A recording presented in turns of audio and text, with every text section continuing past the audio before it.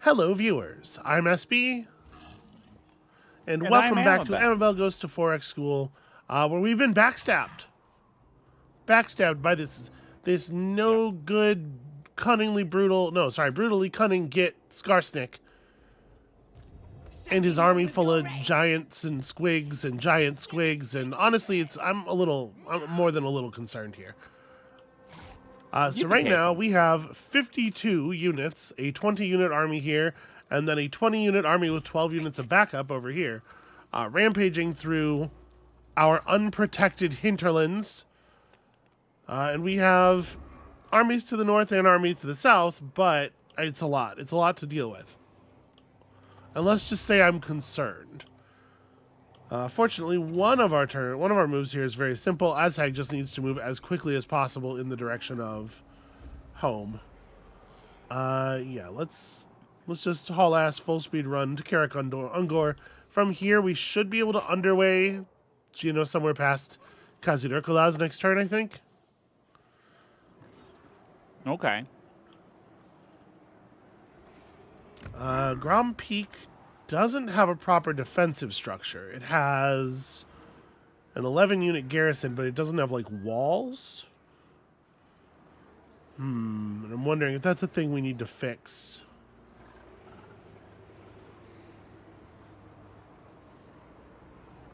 Actually, building this building only gives us access to the Colossal Squig unit, which I'm not 100% sure we want.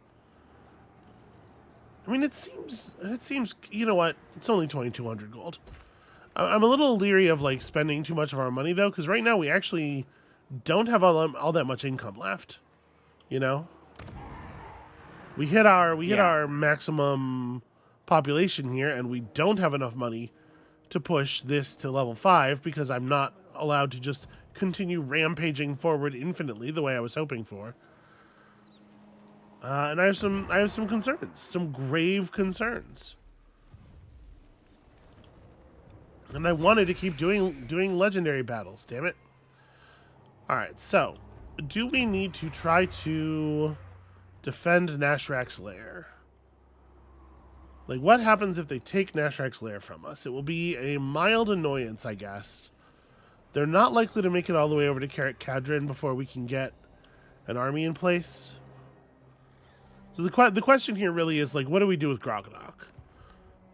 We know that Azhag's move has got to be just run full speed to get back here to mix it up.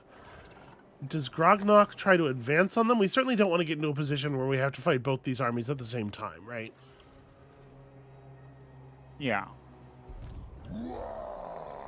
I think I'm gonna... We're not really gaining anything from being in the settlement. So maybe the move here is, like, creep out of the settlement, be sneaky as best we can, which is not very. Stay within reinforcement range of Grom Peak and just, like, see if they'll run after us. You can see he's mustering up a third army over here, but these guys currently have no units and they don't have a WOG backup. So, Yes, boss. and yeah, I think Varag is going to have to run along with Azhag, basically. I mean, we kind of want to keep some eye what's going on back over here. We could hire more heroes. Right, I have access to Goblin Big Bosses and Black Orc Big Bosses. We could just hire a second Goblin for handling this side of things. That's probably a better idea overall. Okay. Gouger Rotgut, you do that. Varag, you kind of keep an eye on what's going on over here and be ready to harass and slow fools if fools should need harassment and slowing. And I think with that, we're just ready to see exactly where they go from here. The move to Fallen King Mountain was pretty obvious. From here, I'm a little more... Yeah. We'll see. We'll see what they do. So, Amabel, what do you think about this situation? What are we gonna do here? What's our plan? Well, generally, when you have 2 armies rampaging in your area, historically, the thing to do is to defeat them in detail. Okay. Do you I understand what that don't. means? So it's a military term. I'm not sure why it's called in detail, but basically, you want to eliminate one army, and then they take overwhelming force on one point, eliminate one army, and then work on the other, rather than facing a pitched battle with both armies against yours. Yes, I agree. I agree with that. So, Strategically, that seems very solid to me. Wow, he is really moving. Boy, he moved right up to the edge of the ambush range and then stopped. Almost as though he knew exactly where we were. also, traditionally, you also would try to cut off the opponent's supply line, but that doesn't really seem to be a core mechanic here. Is like supply Cutting off stuff. the opponent's So supply that's not line really is a tool that's basically available to like you. go steal the settlements that make their troops, basically. Yeah, which is not see, and that's not that's somewhere where my model brain, my what are we modeling here thing. I definitely would prefer something at this level with more of a with some juice as far as that's concerned. With some the further you get from home, the more tenuous that supply is and whatnot, and be able to cut off the path.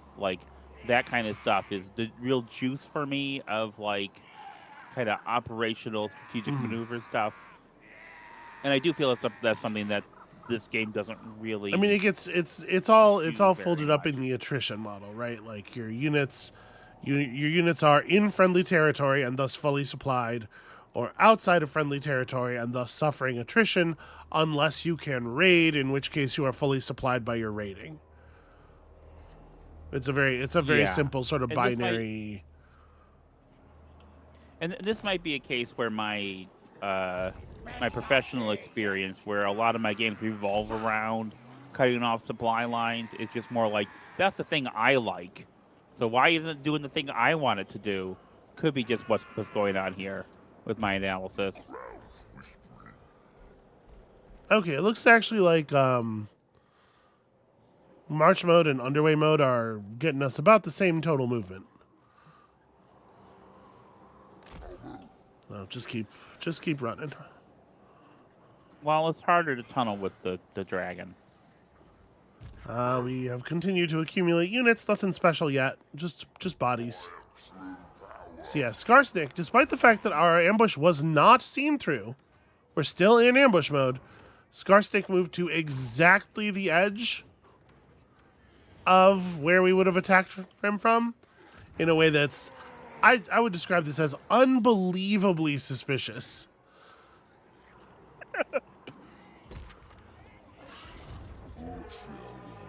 A feral wyvern has joined Grognok's Wog.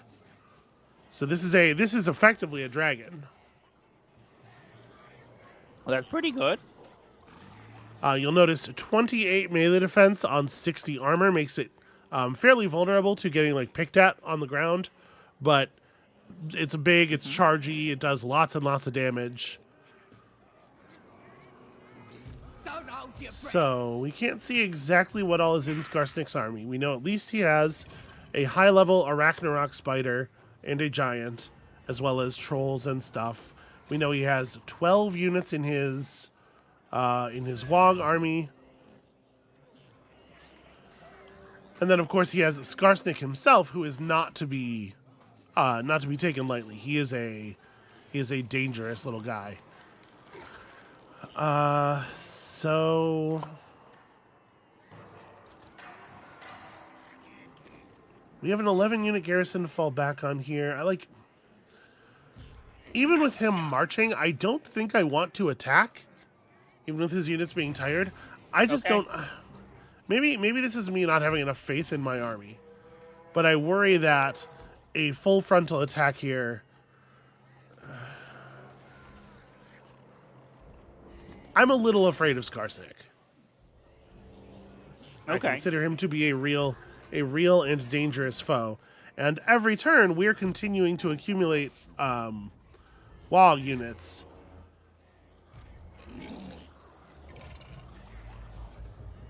I guess, yeah, I think he is as well. Because, well, his thing is at 12 of 20. So they should be going to 20. If I attack him, he's far enough away that we don't get our reinforcements. And my feeling here is that, like, we'd be undermanned in that battle against a superior, a foe who has a legendary lord with an army that doesn't have one. Yeah. That makes me pretty nervous. I think that's a recipe for getting sad. But I might just leave him there, 60% ambush and... Okay. We can at least take the battle in the way that makes us most likely to win, you know? Yeah. So what are you doing, Varag? We saw some tree armies run this way. Let's try to keep an eye on what's going on with those trees. Can it be quick? What? Beschaffen. Okay, all right. It's still good. So unfortunately, Neshrek's lair is totally forfeit if Nagbad wants it. We can't really do anything about that, but we can certainly kill him if he goes in there. It's likely we'll catch up to him, unless he sacks it and flees. Okay. Do we want to spend some metal? Yeah, right. Like throwing scrap upgrades on the biggins. We have just enough to scrap upgrade all of the biggins with the armor.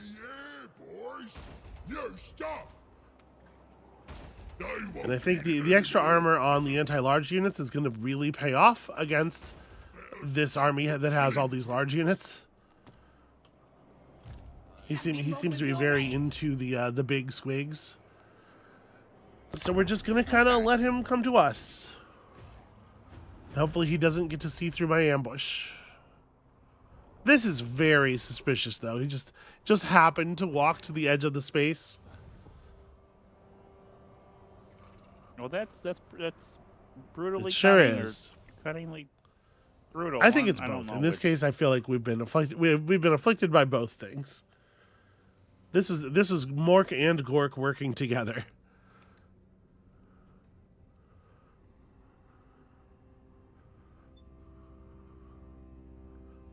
Now, 94 factions remain. One thing we don't know is whether he has siege weaponry. Oh, he did not see through the ambush.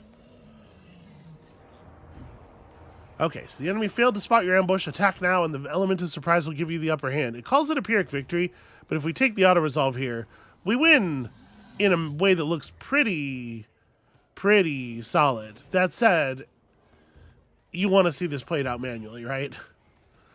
Yep, okay. I do, yeah. No, that's okay. Don't mind. And to be perfectly honest with you, we might be able to outperform that result.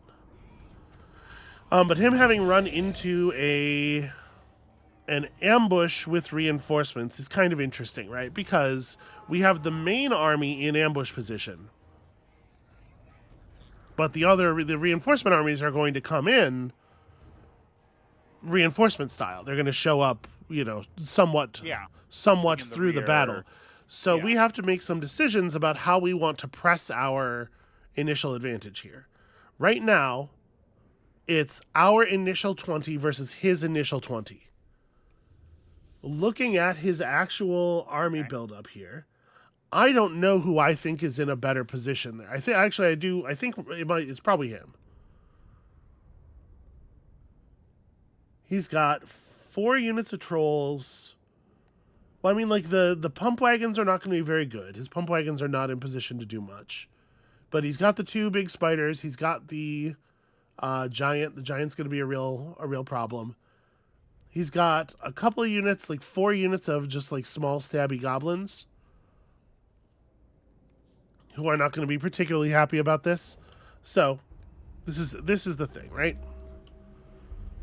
The thing to which we are paying full attention. All right, so we've caught them on the march. Look at how much excitement. Just squigs. Just squigs doing squig stuff. And you can kind of just surround. Yeah, we them have. if you Yeah, we wanted have to. full control over here. So our reinforcements are trying to come in from that side.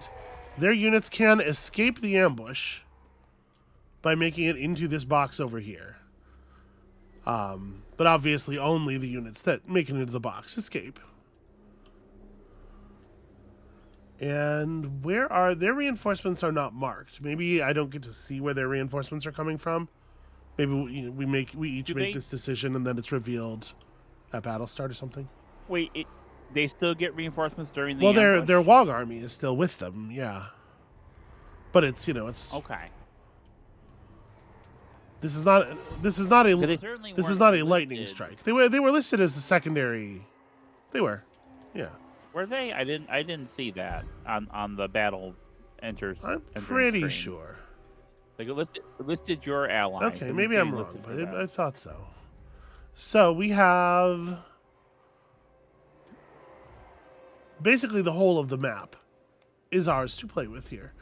Right. So we got to figure out where we want to set things up. I kind of think the siege weapons on the hillside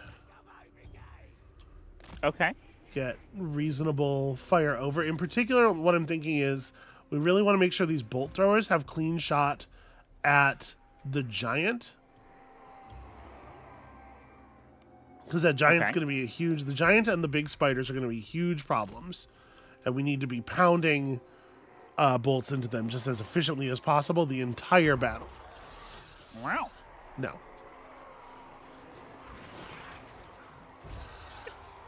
We also definitely need to make sure that our anti-large units are up against good... See, this is tricky, because kind of their whole army is large. They have a giant and 2 Arachnaroks. They have these Mangler Swigs, which are, terrifying, big anti-infantry bonus. Just balls of murderous energy. But they're small groups, and they are large, so we do get our anti-large bonus from our biggins, which is, +8. It's not, amazing, but it's not bad. They have a couple of squig herds. They have a lot of trolls. And then they have the pump wagons and their own bolt throwers, who are, unfortunately for them, going to be completely completely obliterated as soon as the battle starts, basically. Right. We'll have 1 unit of squig hoppers at the back dedicated to that, and that's how that's going to go. Also, because we caught them up against this cliff, this is sort of cool for us, but it's also sort of awkward because it means we can't just big and press the monsters right away, which is what I might do if we could. That said, we could do something like that with the biggins on the trolls. Just press the trolls from both sides. With a downhill charge like this, and just try to squeeze them out of existence as quickly as we can. A squeeze is usually pretty good militarily. And remember, trolls generally have kind of poor leadership, especially relative to monster units.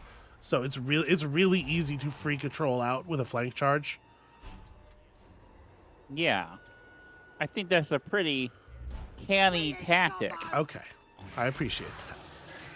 So we're going to do a frontal charge here on just these softer units.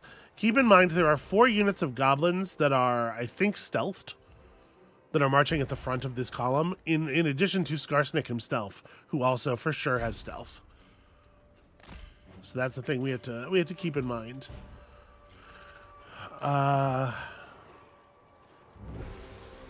We have our own trolls, stone trolls, slightly tougher than theirs, to charge in like this. We have Ruglugs, armored orcs, which are just basically, crossbows. They're going to stay close because we're going to have them shooting at the monsters the whole time. And then we have to figure out what exactly we want to do. We want the River Troll Hag wading into a place where the fighting is going to be thick because we want to be applying that stink aura. Okay. Right, 35 meters. So yeah, I probably want to keep you close to the troll fighting. And then we have the 2 units of Great Weapon Black Orcs. The actual just absolute killers, who I think probably are up here. Right, I'm gonna try to rush the goblins with our Squig Hoppers and their fairly considerable bonus versus infantry. We're gonna have the Black Orcs basically like just try to cut through here, and the separation between the goblins and the monsters is our toughest units. Try to keep those 2 fights separate as long as possible. And then what are we doing with our own giant? What am I doing with my war boss? I guess I'm going to put the war boss over here. We'll have him help out with the goblin fighting. Scarstick himself is something I'm really worried about. So I'm going to try to keep the war boss not directly getting punched by him. The giant will be really great against most of their infantry. It is for sure a dangerous thing. Like I really don't know how we're going to deal with these 3. I think I'm going to put my giant in up here and just have it work on the anti-infantry squigs, since they won't give it its bonus. Are both of my armies coming in at approximately the same time? For some reason, I can only get the tooltip for one of them. If we were to move them, like ask them to try to come in around here instead. Well, I know I can't do... Okay, hold on. Like, what if I wanted you to come in over here? That adds 3.5... Okay, that's probably not a good idea. Over here is 421. Jeez, y'all take it slow. Damn. All right, let's just let them come in where they want to come in. We'll get them we'll get them when we get them. 2 minutes and then having to run across the entire battlefield. It's a little unfortunate. All right, I think we're ready. You ready? Yeah, so the idea is going to be to just to push in from the side here. Yeah, so let's issue these initial orders. Like I said, the goblins that we knew are there are revealed. Charge the night goblins. Charge the skulkers. Charge the skulkers. Let's chop up these archers real fast before they have a chance to do anything. You guys are on giant duty? Yeah, the giant's less armored. He'll die faster. You guys are on giant duty. The units of Biggins are trying to crush the trolls as quickly as possible.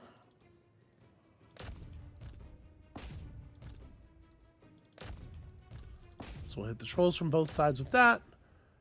You guys are smashing their ranged capacity.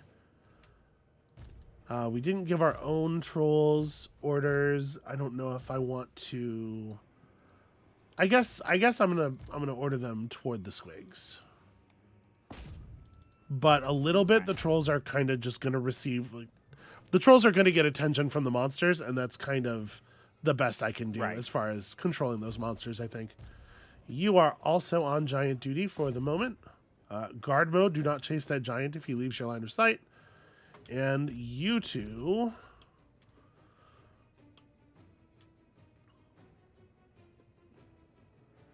I don't know. It's fucking open season, I guess.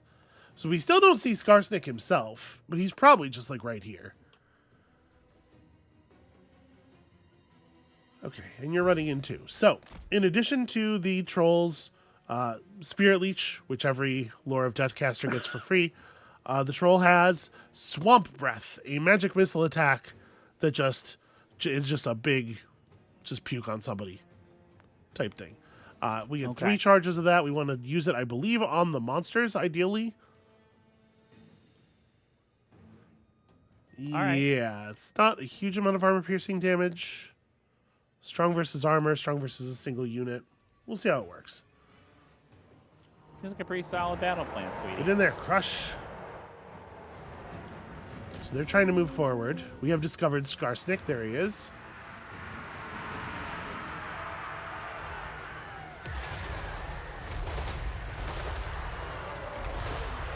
Ooh, okay, so Skarsnik has a lot of weird, explosive, mushroom-based magic. We have no counter to that. It's just gonna be what it is.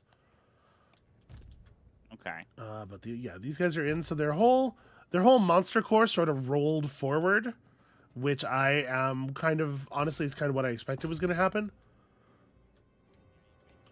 Yeah, you've basically broken their army into 2 And parts. in theory, we have the part of our army that is best at dealing with each of those parts facing that part.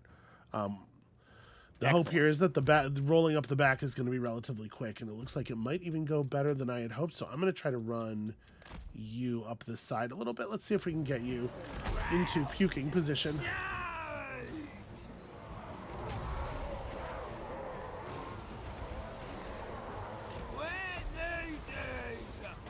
So you can see we're getting a lot of frenzies out of their squigs. They're going to deal a lot of damage, but they're going to die very quickly.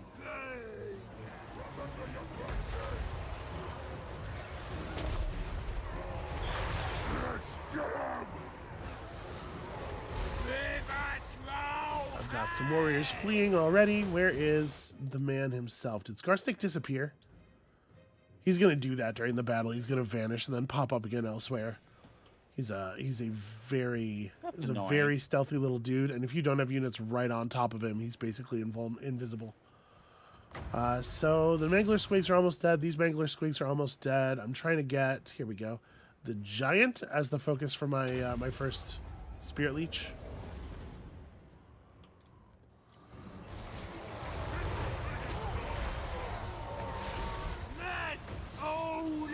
Actually, let me swamp breath these trolls as they're just running across.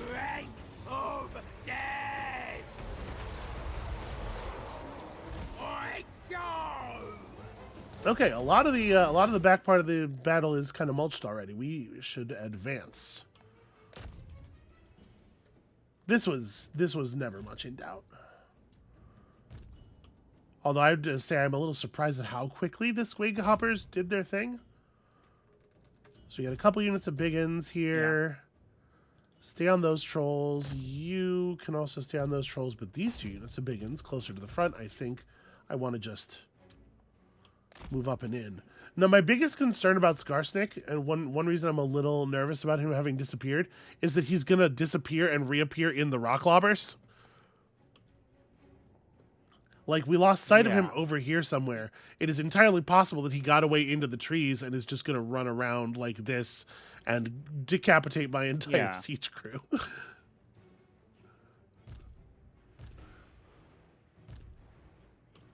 He did reappear again and then disappeared again, so... It does seem like they're actually trying to get some of the units out of here. Like they are just trying to withdraw. Which is very weird. It's a very strange play on their part. You guys go play defense.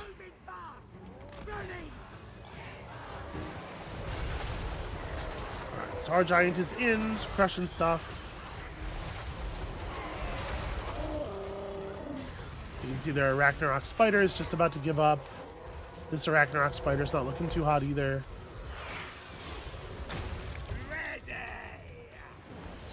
The giant is nearly dead.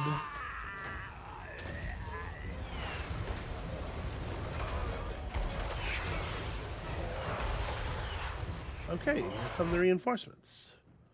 Not that it's going to matter, but, you know, get over here. Come play over here is my advice to you. I'm going to back all of the Black Orcs off to a defensive position as well because they're quite badly wounded. Some of the River Trolls got... Probably what happened here is these were people who retreated and then, you know, reasserted. and they got into the archers a little bit. Fortunately, those are armored archers, so the harm is probably going to be fairly minimal. All right, stay on that spider. We've almost got it running. We haven't even done enough damage for a proper wog yet. Okay. Seen a lot of surrenders here. Trolls changed their minds.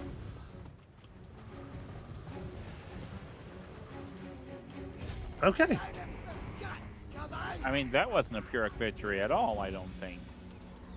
But you did take some damage, but... Yeah, that one came down to their morale way before it had a chance to come down to anybody's health.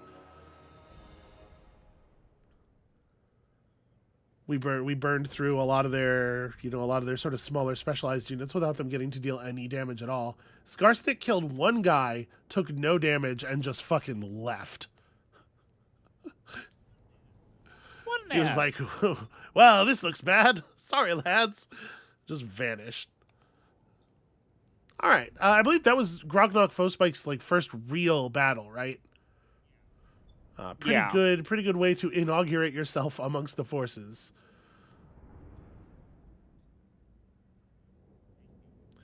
Thank you for playing through that battle for me. And it was nice seeing... It was nice when you have a plan and it's executed and it works. Basically, every part of that went the way that I was hoping it would. I've been playing, as I mentioned before, some of the Total War Pharaoh, and I very seldom am able to execute my plan the way I want to. And it's really nice seeing you just completely kick ass. Thank you very much, darling. So it is worth noting we did kill that giant. The two spiders escaped, and one of them escaped at basically full health.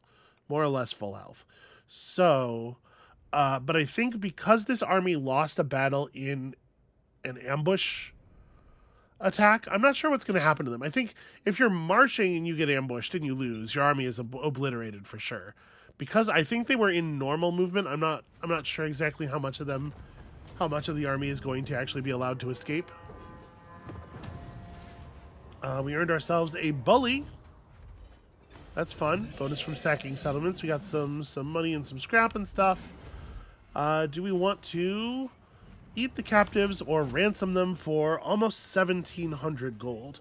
It's not a small amount, but given the way things are about to go here, I think I'm going to take eating the captives.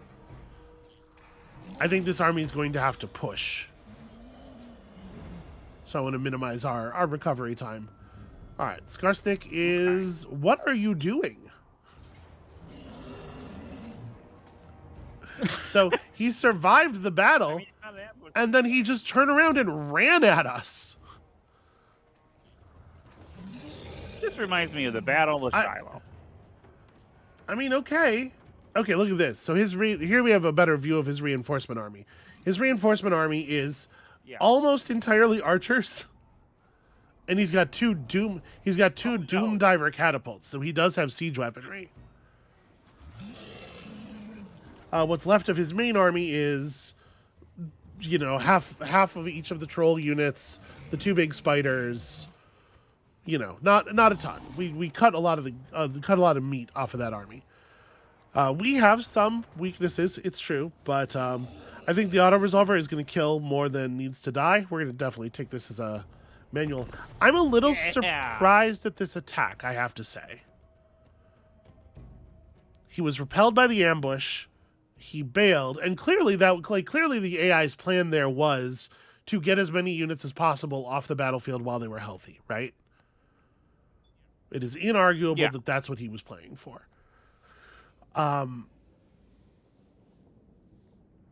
But having done that, just to sort of make a retreat to arms to sort of gather back up and then turn around and come back at us, I don't think that the result he got is that result, Yeah. Now there are cases where people do that, have done that militarily, usually because you're not expecting them to attack, you just kick their ass. And that's usually someone who's like an exceptionally talented and lucky commander, because it's very easy to Yeah. go the wrong way. When someone does that, goes the wrong way, you think, well, that guy's an idiot. But if they pull it off, it's like, oh, this guy's a military genius, and that's kind of the really the line there isn't what people actually do, but if it Yeah. works or not. So okay, we got this set up, right? This two bridges thing. Yes, this is a familiar But setup. the situation here is quite different than it was before. Their reinforcements, which includes all of their ranged units and their 2 siege weapons, will not show up for 90 seconds. Our first wave reinforcements, our Wog army is right on top of us. Our secondary army, the army from the garrison, is 2 minutes out. So they'll show up 30 seconds after Scarstick's reinforcements. The thing is, our army's kind of big and slow, and I'm not sure how effectively we can pressure them. Like my initial thought here would be that we need to try to push them before they get their reinforcements and even up the ability to shoot at us at a distance. I think for the most part, their army's pretty bad against us, actually. It's a lot of very, very weak archers in that reinforcement army, and they're going to just be terrible against the units that we have to bring to bear against them. But I don't know, like, is the right thing to do just to sit back and wait because we can't successfully push them? Maybe. Now, how many units do you have that are Vanguard? Just the squig hoppers. Okay. All right, yeah, because I don't see a purpose for like hiding them in some woods that are a little more forward. Other than I think it's cool to do that. Yeah, we certainly don't have enough Vanguard to like press them. Right. One thing we could use a Vanguard deployed force for is just making sure we have vision so that we can pick at them with our siege weapons, but unfortunately our siege weapons are not quite up to that task even, because if you look at our firing ranges, like we just barely can extend into the edge of their deployment box. So all they have to do is, put their units back here and wait. We're certainly not going to be able to roll our catapults all the way across this in 2 minutes or anything. So, I don't know. I don't much like this. Honestly, I think that this, our reinforcement advantage is almost completely negated by this terrain, I think. I will go further. I think 100% negated by this terrain. To be perfectly honest with you, I almost wonder if the thing to do isn't to sort of play it soft way back here, and just let our 2-minute reinforcements come in before we even attempt to join battle. And if they want to come at us before that time, then they're allowed to. But it's gonna, but there's gonna be a price to pay. I think that's where I'm at. I'm just going to deploy meat wall across here with my war boss and patrol, and then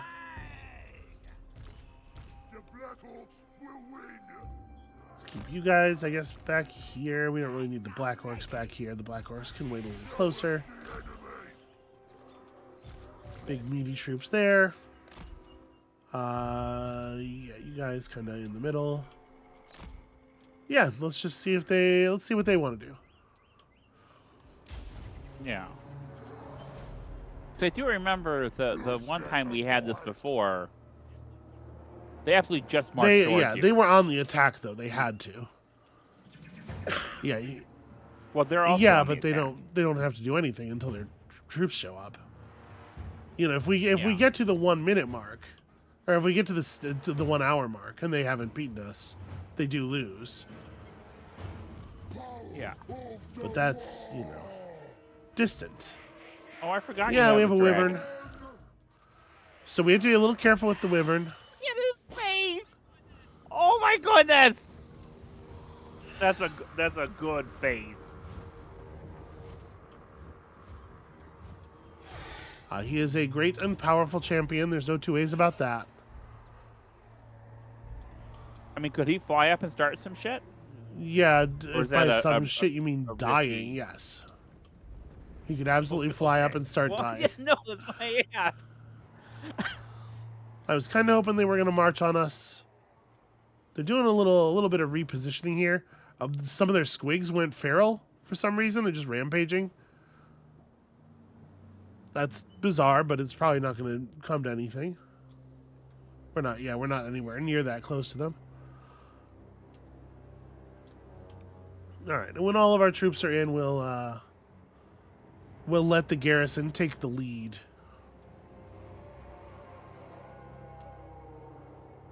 They're doing something. They're doing something in response to the rest of their units showing up.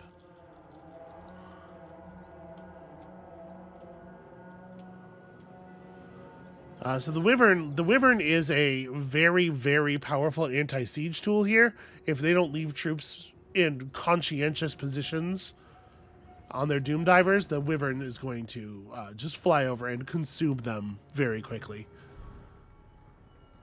Okay. It does look like they've decided to just advance on us now. All right.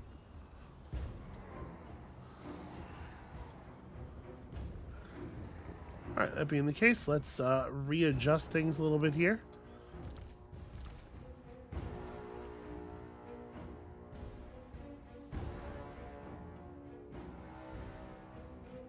So I have a question you might not know the answer to. With the auto-resolve, they're just doing a kind of math, which usually is not in your favor. Is that because you're playing on such a hard difficulty that is not? It's not that it's not usually in your favor. It's it favors certain kinds of things. It weights certain kinds of things. I don't know if there's a set of weights on it specifically, like for the difficulty level. But I can tell you that our army does not do well in the categories that the auto-resolver, in my experience, does typically tend to care about the most. Auto-resolving armies have, or good auto-resolving armies have huge amounts of health and lots of ranged units. It puts a lot of value on having like a good archer corps.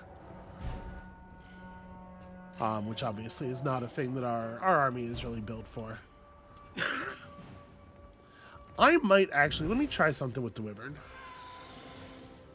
We have to be a little careful because the Wyvern does not have the most armor and could very easily get shot to pieces if we're not, cautious with it. But I'm going to move it out in a position to be an annoyance here.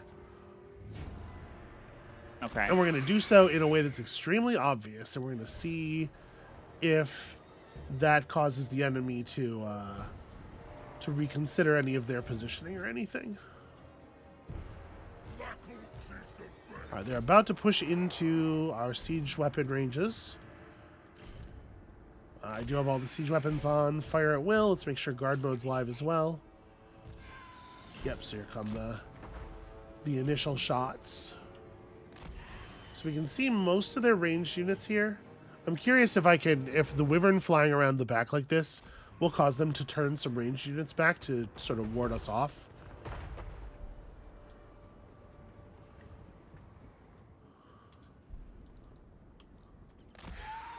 Because their siege units are, advancing more slowly. Yeah. As Like they do. will. You guys probably shouldn't be out in front. Let's march up. Fuck, I just remembered that each of those projectiles is modeled, and then if it hits the thing, is if it hits it or not, and that's so cool. They're like physics It is involved. true. There's physics involved. Sorry, let me back my orcs up a little bit here. You should probably back up too. We can have the boys be at the front. Yeah, so I'm going to try to eat a Doom Diver here.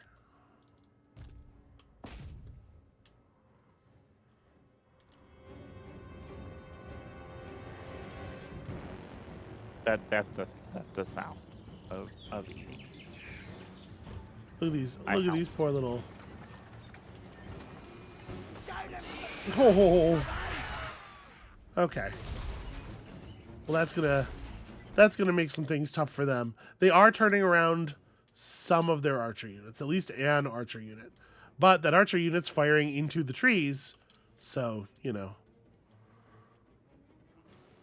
You're probably not an ideal circumstance. All right, y'all try to fight that Arachnarok, and let's assert. So I moved the units from the garrison up into this frontal position here, so that we could keep our more mobile units safer for longer. Let's make sure the ranged are focusing. Our one unit of proper ranged are focusing properly on things they can kill. Let's get the shaman up here. And I guess, I wasn't really thinking that I was going to do this, but I guess we can just push a force along. They didn't move anything along this leg. So, yeah, that's not. I guess best let's do some of move. that. Probably not everybody. We definitely need some units around here to play backup. These guys, at the very least, though, should advance. You guys, and let's not move anybody else through until they're through. We'll have the stone. Actually, the stone trolls Okay, also that can makes sense. move through. Let me get my giant over here.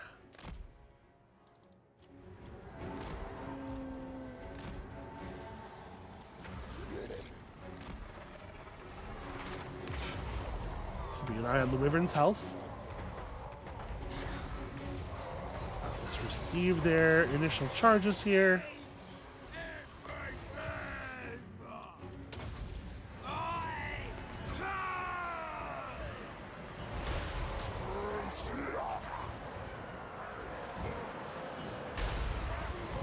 Okay, this is where a lot of these units just run straight through. All right, we have a bunch of our own arrow boys from the garrisons. They can help out with this. You hit the river trolls that are charged in the back. Y'all stay on the large units as best you can, and then let's start patching. Move you guys in. Is everybody out of the way? Let's have these units just run across. You two get over here. But yeah, this is going to be a lot of squigs into the archer backline, which is going to be very fun for us. They're actually turning kind of. Yeah, they're not really turning very much around. The wyvern is just getting to eat these guys for free. It's not doing the job as quickly as I had hoped. I'm actually kind of wondering if we should pull the wyvern onto the archers real fast. Okay. I mean, they're just not very good at their job. I'm just going to let them do their thing. The thing about orc and goblin archer units is that they're just shitty.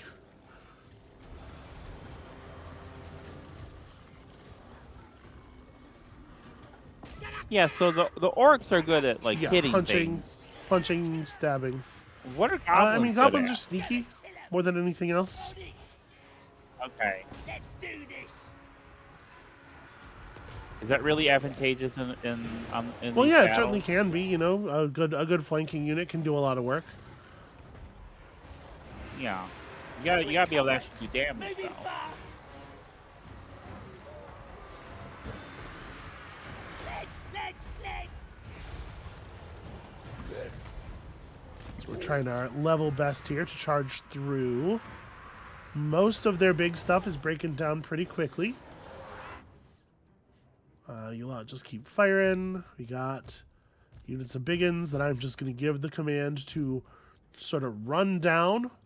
This is just your classic RTS A move. Oh, the wyvern's freaking out. Well, I lost a lot of health really quickly, actually. It went from taking Oh, geez. basically no damage from that archer crew to taking all of the damage from that archer crew. Okay, you guys are working on that. Spider's almost down. This spider's almost down. Job's getting done. Where's my giant? Let's make sure the giant is getting in.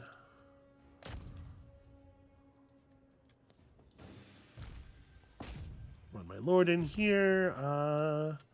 Continue to drain health.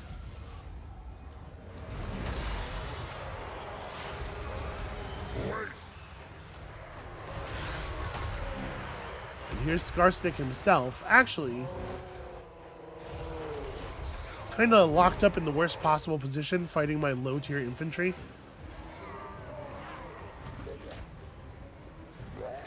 He wants to be contributing more to the battle than that, you know?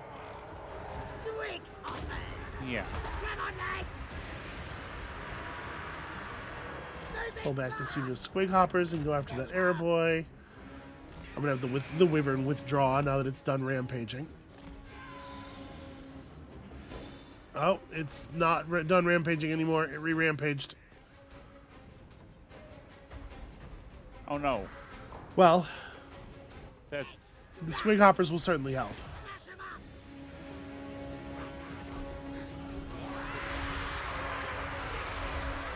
All right, a little bit of force. See, a lot of their units are breaking or broken. Where's Gomos? Let's fight.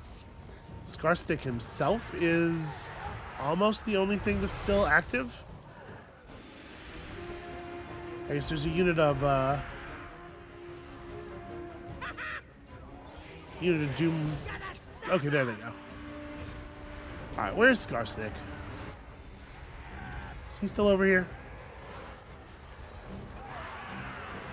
Those are all archers. There he is. Can we all please give Scarsnick a great big hug? Right. Let's try to make sure he doesn't make it out of here alive.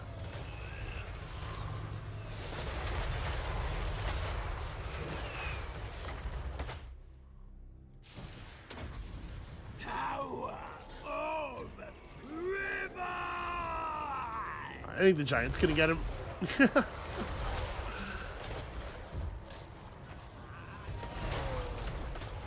get him. Oh. Doesn't have much health left.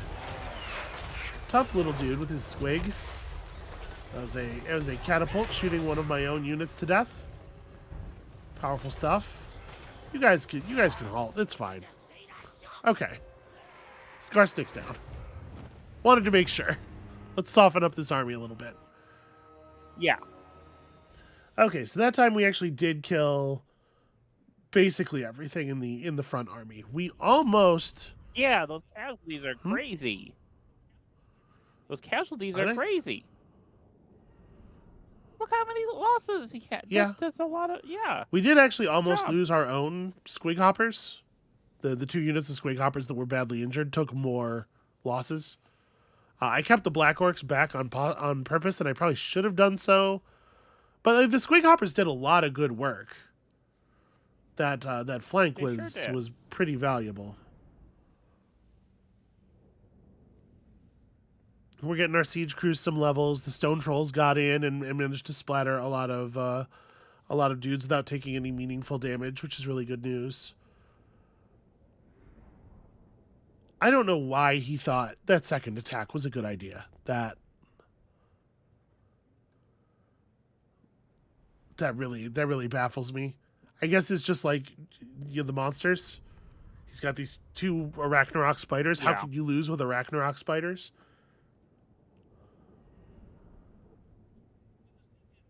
Because the thing is, I have to assume, like, I'd be interested to know how the computer makes the So decisions. they make the decisions 'cause- as based on auto resolve results, because they are always Right, auto resolve. so- so they would know what the auto resolve result They would sort be. of like So- there's clearly some like fog built in for them, but they kind of they tend to attack when the auto resolve result would be good. We actually took a huge amount of loot off of that army that time. And we gained a bat-winged loony. Because we ranked up while we were in raiding camp? That's not correct. Whatever, I'm not going to complain about it, but... I think we're going to take the heal again, because once again, I think we just need to... I think this is an army that needs to keep pushing. Did that wyvern survive? It did. Yeah. It did. It got 25 kills and lived. Unfortunately, taking heals does not affect the backup army, but we're still doing it. All right, so we've driven back an army that is now controlled by someone else. Nagbad is going to go take Nashrak's lair. Sadly, nothing we can really do about that. That garrison is not going to stand up to that attack. But having broken Nashrak's or Skarsnik's push, I think we're pretty... Yeah. We're pretty good. We're in position now to sandwich this other army between our two armies, either one of which I think would defeat it fairly. So I think we're in position here to break and then push. And the question is how much pushing can we get done before they're able to muster more troops to stop us? Right. A massive, massive overcommitment from Skarsnik there. So part of Skarsnik's deal too is that he does he gives considerable boosts to. Oh right, because he's the boss of the faction, we can just eat them now.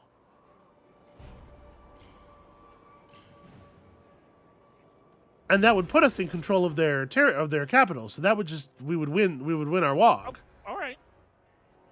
Okay. I mean, I kind of forgot about that mechanic happening. I didn't, so I mentioned it in the comment on the video that went up yesterday, but I didn't tell you because I know you don't want that information. It's not. Well, don't want what information? It's not a spoiler. We talked about this mechanic before that. We saw it in a previous video. Yeah, we'll just eat them, right? You are the best boss. Welcome aboard, Skarsnik. Now you may notice that our economical situation has changed a little bit here. Grognok Foespike has become the sneaky smiter. Sometimes even the sneakiest among us become unstuck. Plus 20% ambush chance, plus 20% ambush defense chance. That's pretty good. And we have we have lost and then gained a lot of things. We got to talk about some stuff though here. So, now that we've done this, we are in control of all of their everything. This includes all of their territory and all of their armies. You can see here we are paying a huge amount for a bunch of crummy armies. There is a... what's the button I want here? I want to go to a settlement. When you recruit a new lord, there is a sort of general logistics increase cost for each additional army that you're running that just increases the total army upkeep by X% for all armies. Mm-hmm. On top of a significant cost for the base of the army, on top of paying the actual troops in the armies. So, although we have a bunch more locations, and many of them are, going to be built up in ways that are providing an awful lot of money, we definitely can't afford just the raw number of troops that the AI will have been running, and they're going to have a lot of these little kind of half armies with kind of a nobody leading them. So the first thing we want to do upon big confederation like this is shred some of these forces. We certainly don't need Jenkins Spider Killer. Great shaman! David! I should shoot you! Sadly, there's not, as far as I know, a really efficient way to just be cut that army. In order to remove an army, what you do is you fire all of its units, and only once the army is just the Lord can you then press the disband button, unless that's different now. Do we have another army left that I was going to disband? We don't need crack a backslider. Yeah, you can see you have to... Okay, you can select all the units and Okay, they made it a little bit less of a pain. But yeah, let's go ahead and disband all of you. So at this point, we should just be running 3 armies. Grognok, Azhag, and Nagbad, who just took over this thing. This army is, like, large and fairly functional, and my plan here is to maintain this army under Nagbad Crooked until Skarsnik comes back from being wounded, because Skarsnik is our unit now, and then we'll just have him lead this army. Okay. That makes sense. And once he's been confederated, he remains loyal? Yeah, there's no kind of mechanism for the thing you're talking about, the thing you're approaching there. Okay. He's just a cool character history. we control. There are factions that have, like, loyalty and disloyalty mechanics where individual lords can turn on you. Skaven, for example, your Skaven generals are always a concern. But for most of the factions in the game, it's not a thing. This reminds me of Edric Striona, Edric the Grasper. Yeah, he was a lord that just kept switching sides during I want to say during the reign of Edmund Ironside, but I might have that particular king wrong. And I believe he was the one that switched sides to Canute, which allowed Canute to defeat Edmund Ironside and take over the throne of England. It's an England thing. Kind of curious about what's going on out here. I'm going to send Gouger out this way. We're going to turn Azhag back around. Turns out this area is under control now. Yes, it shall be. No. Go south. Yeah, I totally wasn't even thinking about the fact that Skarsnik was going to overextend himself into such a hilarious position. So let's get our first big red ability, plus 16 leadership to a unit, and then of course, it's going to evolve into Smash 'em Faster, like with our war boss, our other, our Black Orc hero. Do you want to hear my favorite story about Edric Striona? Sure, Edric yeah. the Go ahead. So after Canute, I think it's Canute, took the throne, he had Edric come over at Christmas, and the guy comes over at Christmas like, "You got any presents for me?" And he's like, "Yeah, I got a present for you. Give this man what he's owed." And then they stabbed him and threw his body in the moat. Happy Christmas. Well, there you go. I mean, sounds well deserved. Yeah, no, he was a dickhead. All right, so we're going to take a turn of local settlement replenishment here. Friendly settlement replenishment.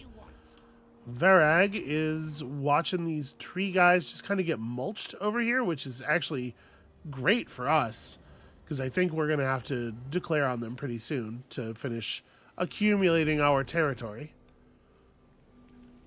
I guess, give me some vision over here. What are we looking at as far as bad guys on this side? The chopping these nuts. Why do you love me? I mean, for a lot of reasons. For a lot of reasons. lot. You are a lot, and that's for sure core to it. I don't know how I would put up with somebody who wasn't. So let's have a look at some of our new territory. Provinces. We used to own the northern World's Edge Mountains, right? Khazir-Kulaz and the gold mine at Karakungor. And Peak Pass, Kadrin and Nashrak's Lair. The Rib Peaks, where Grom Peak is, leading down into Jufbar. And then this territory out on the River Oskoy and the Southern Oblast. What we picked up here is a chunk of the Silver Road, as well as Dead Rock Gap. In the Silver Road, we own the two minor settlements. They're both defended up, which is interesting. I'm not really all that concerned about them. But it's fine. They both have fully constructed money-making buildings. This one's giving us access to shamans. It's all sort of whatever. Obviously, the real prize in the Silver Road is Karaza Karak itself with the gemstone mine underneath it. The other thing we gained, which is much more significant, is Deadrock Gap. So Deadrock Gap has Mount Gunbad, which, in addition to being another gold mine, gives us the Brightstone mine. Brightstone is highly valuable, as therefore a pity that the mines at Mount Gunbad are infested with night goblins. So you can see it's producing some bonus income, almost as much as a gold mine, plus a bunch of bonuses for squig units, including a pretty significant bonus to their raw mass. Squigs love Brightstone, apparently. And this makes them much more valuable as like charging units, anti-infantry, whatever. So we're gonna hit end turn here. We still have to be holding Mount Gunbad at the end of the log, right? So we have to hold on to it for 17 turns. But it doesn't seem like there are a lot of people around us who would endeavor to stop us at this point, I think. My plan is to use Grognok and Skarsnik, or the guy who's temporarily replacing Skarsnik, to sort of push around the edges of our territory, look for people to eat. Maybe we kill off those dwarves in Jufbar or whatever, while we send Azhag back out to the plains to finish gathering the plains territory that we have to have for our objective list. I'm a lot more comfortable with one more army, and the extra territory that we took over gave us basically just enough income to manage the third army that we were gifted. The Ironclaw Orcs would love to pay us for a non-aggression pact. That's interesting. So they just saw their neighbor get punked in a very serious way. Now, obviously, they have pretty powerful territory, pretty valuable territory themselves. And I don't know that I necessarily trust them to hold on to such a pact. They have a lot of feelings about us. So notice this massive confederation penalty. That is a temporary reputation penalty. But it's basically designed to make it so that, like, you don't become the most powerful member of your faction and then just consume all of the others, just like chomp, chomp, chomp, chomp, chomp. Every time you every time you confederate somebody, everybody else is like, whoa, hold on now. Let's take a breath here. So those 40 points of negative reputation will fall away. So if it's possible that we could maintain a positive reputation with these guys, we don't really need their territory. It doesn't benefit us to push any further south. And if they were friendly, at least friendly enough that we could trust them, they hold all the territories that actually like look out onto the outside world down here. They function as a really nice wall between us and the rest of the world. So I'm inclined to take this. Yeah. Counter offer. I do think you would pay me more money for it. That's basically always true. They always try to give you an amount of money that's a little short of what they're actually willing to pay.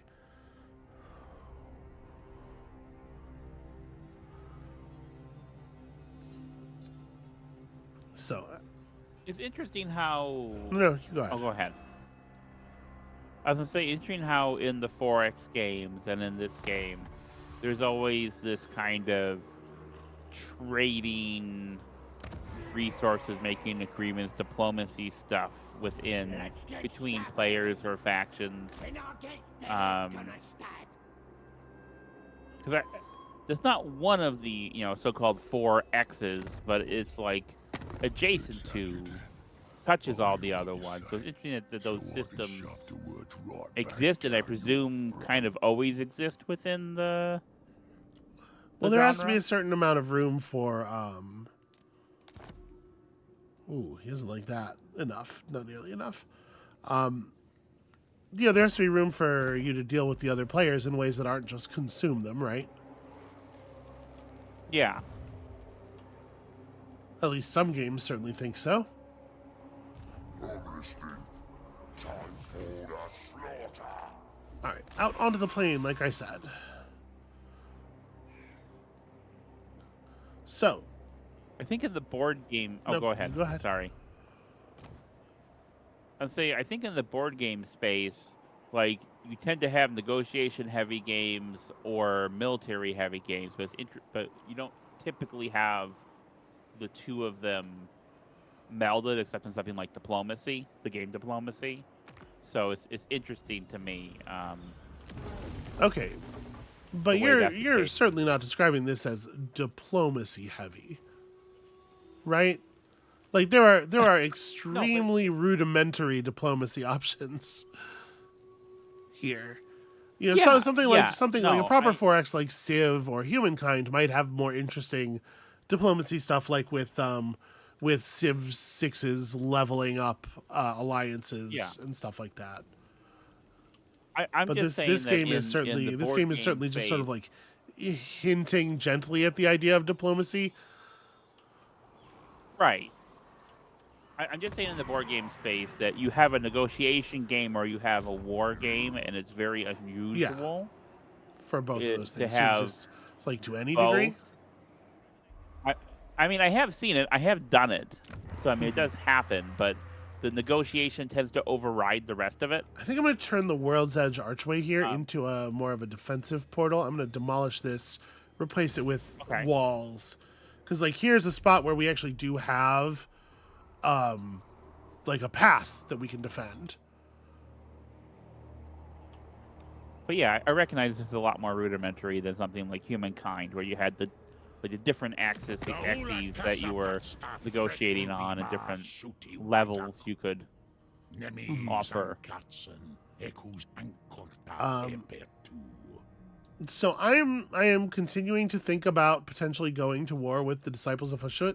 I know that we don't need more problems right now, but the thing is, Yeah. they control the two like the area just to the east of us. They still control that gemstone mine that I would love to have as a way of just sort of like closing off this mountain pass. They're relatively weak right now, strength rank 66. They are at war with another like the other largest orc faction in the area, so we could maybe curry a little bit of favor in that way. So I think what I'm going to do is go to Grimgore's Ardboys. Strength rank 1, by the way. The most murderous faction in the world. Let's have you then. I will join your war against the Disciples of Hashut. Afterwards, right back down your throat. He likes that. 3 points. 3 points of diplomatic liking. I would love to secure a non-aggression pact. We can't quite make this work. I don't have enough money to buy off 2.1 points of diplomatic feeling. So we're going to try to bank a little bit of cash here. And once we have an army in position to attack the Silver Pinnacle,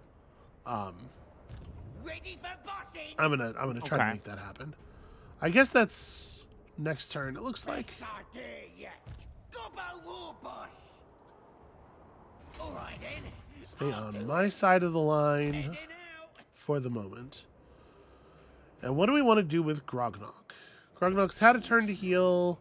I guess one more turn will get us to full. Let's just rest for one more turn. And then we're not going to make any other upgrades, like I said. We're just going to make some money. Hawk wants me. What Varag has mostly been able to verify is that there don't seem to be any defenses from the wood nymphs at all. Away. I'm not sure exactly what's going on with the Wargrove of Woe, but it seems like they're having a very bad time. And it seems like they're probably going to continue having a very bad time, is my feeling about their near future. The crowd's whispering. I definitely want to make use of these like extra powered up WOG forces while we have them, right? Like, Right. I don't know what's going on with this one ogre agent who's just like running around in our territory, just running back and forth. But I'm not He's looking for that big mountain. not to super climb, concerned about it. 'cause Because he's the guts man. man. That was an aggro crag. We were supposed to get the aggro crag out of that. You just saying More what like you saying Raggro one crag, time a big aggro mountain to crag, climb. You couldn't give us aggro anything to work with. the- Not like he's looking for that radical rock or Aggro brag, the Nickelodeon guts man. you just the lack of sophistication in Look. your Nickelodeon references will be our downfall, Amabel. This is my concern. Like any of your viewers are going to get that reference in the first place. I think most of them are pretty old.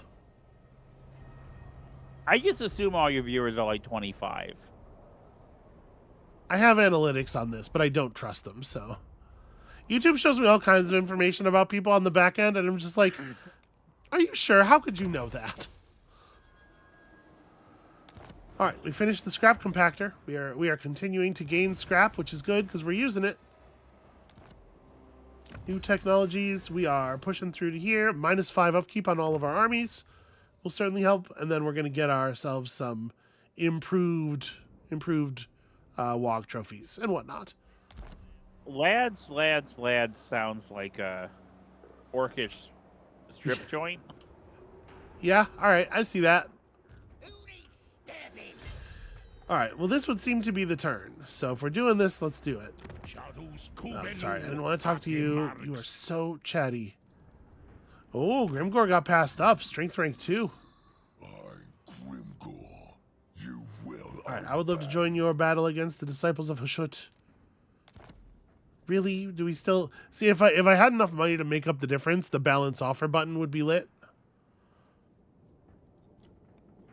If we give him my 4564, if the okay. My numlock is off. What an embarrassing situation. Yeah, that only counters 70% of it. See, part of the problem here is we're working against those Confederation penalties and stuff. Once that wears off, we're going to like each other. Okay, so I have a question about that Confederation penalty. Does it stay -40 until it falls off, or does it start to I diminish? don't remember. We take a like, so it's 3 turns. It looks like it probably just stays. It doesn't look like it diminishes. It probably just stays that way the whole time. Okay. Okay, well,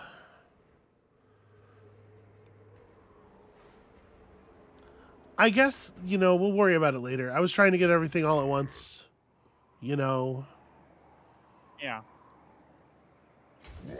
I am going to bring Grognok out because I think Grognok's army is more likely to be able to deal with whatever the Chaos Dwarves are going to bring to bear against us.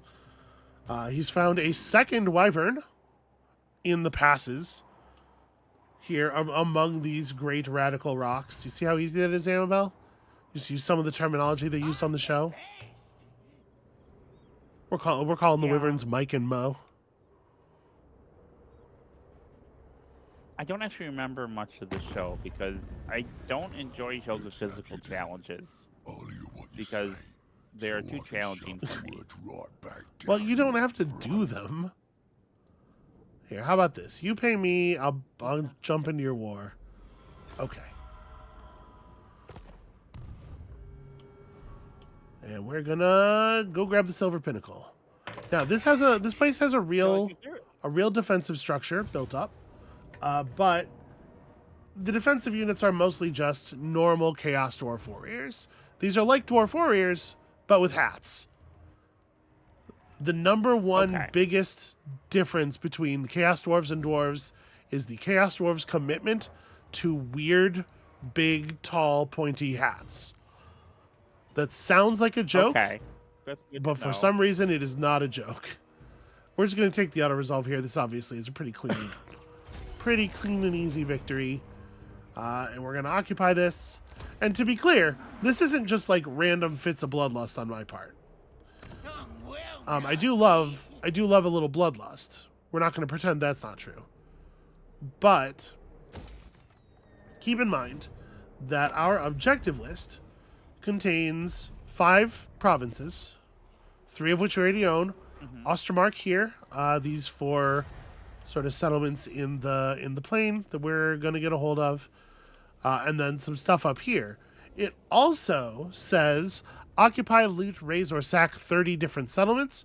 We're still going to need to do a fair amount of conquering after we claim all this stuff. So Gotcha. I am like looking for other things to grab, things of value. I have a Yeah. question for you. When you were a kid, was there a kids game show that you wanted to be on? I'm Vlad von Carstein. Choose Uh, thy words with care. Probably. Was it Was it Guts? It likely would have been on Nickelodeon. You know, I wanted to. There were a lot of episodes of Wild and Crazy Kids that looked like a lot of fun to me. So here's the deal. I will join your battle against the Wargrove of Woe. You will grant me military access and also a payment from your treasury and also a non-aggression pact. And we're just going to be cool friends forever, me and my buddy Vlad. How about that? Okay, great news. Great news, I put us in wars on 2 different fronts of our empire at the same time because I love winning. And also because I forgot that I was in March mode and I can't even make it to Nagenhof this turn. I didn't need to do all that. Well, whatever. We're sneaking. Look at how sneaky I am. I would have wanted to be on Carmen San Diego. Carmen San Diego. So here, I'm going to level with you. First of all, the questions seem too difficult. And also, as far as like physical challenges or whatever, that thing at the end where they made you run back and forth carrying the lights to the map, it always seemed, I always watched that and I was like, how do they do it? That's crazy. And then I saw at some point, like a couple years ago, I saw actually an investigation of that event from John Boyes that suggests that in fact it was a really insane thing to ask kids to do, like an Olympic level human sporting performance.